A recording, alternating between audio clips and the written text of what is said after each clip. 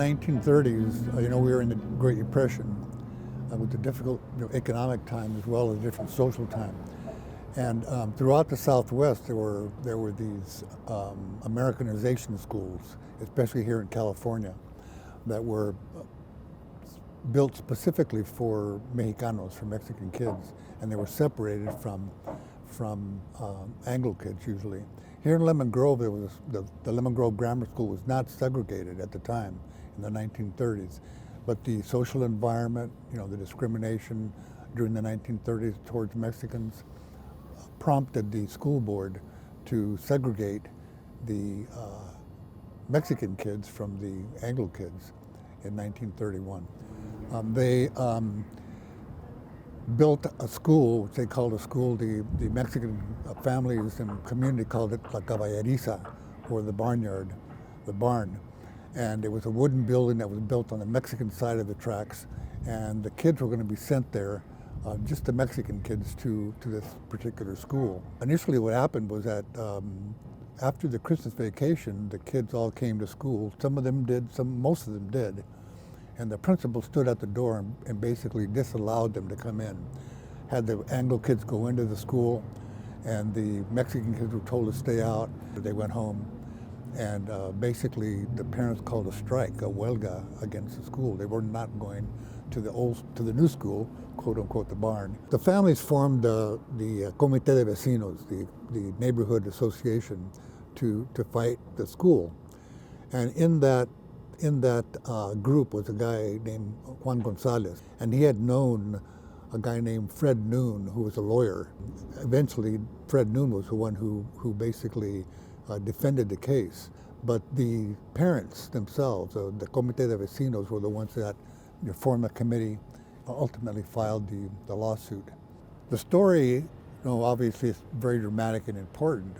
Just about a year ago, Mario Chacon, who was a muralist, he and I got together after the business here, the Welcome Home Boutique, which was a refugee and immigrant help center, wanted to do a mural on the side of the building.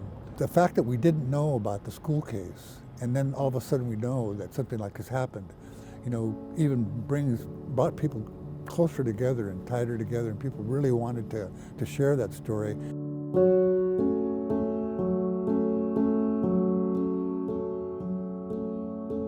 Here we are at the mural, and there's actually quite a bit of detail in this mural.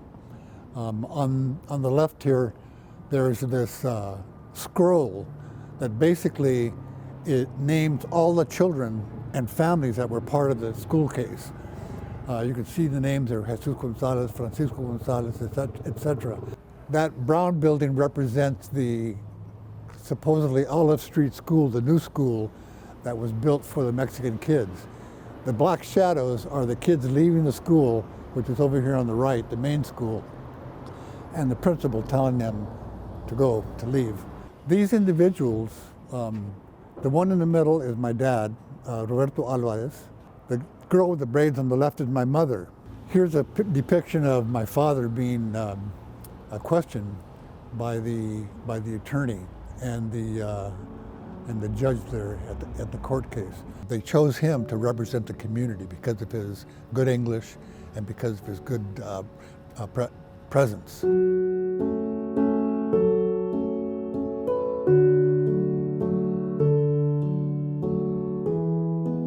The case was won because in the state of California at the time, it was illegal to segregate white kids, right? And Mexicans were considered white at the time. So in the ruling, the judge basically cited that law that they could not segregate, white kids, and they had to take them in right away. After they issued the ruling, the school board had to pay the expenses for the families, the Lemon Grove families, and then it all went away. Their parents told them, don't go around bragging about what happened, go back to school and be normal, and just be proud of that we did this. Well, interestingly, they didn't make a big deal out of it, and nobody knew about the case. When I was doing my PhD work in the mid-70s, I interviewed all my family because I was doing a thing on migration, a study of migration, and focused on the family in Lemon Grove and so on. The notion of the school case came up. Somebody, I don't know if it was my father or my aunt, said, well, during the school case thing, we were, doing X, Y, and Z. So I asked my dad, what is this thing? And he said, oh, that was a case that occurred that, back in Lemon Grove. And he said, your grandmother saved some papers, I still have them. So he brought out this little box of the folders, and he opens up this folder, and there's actual school board minutes in there. So based on those documents, I started interviewing the participants, which were mainly many of my relatives. And they all talked about the school and what happened and about the case.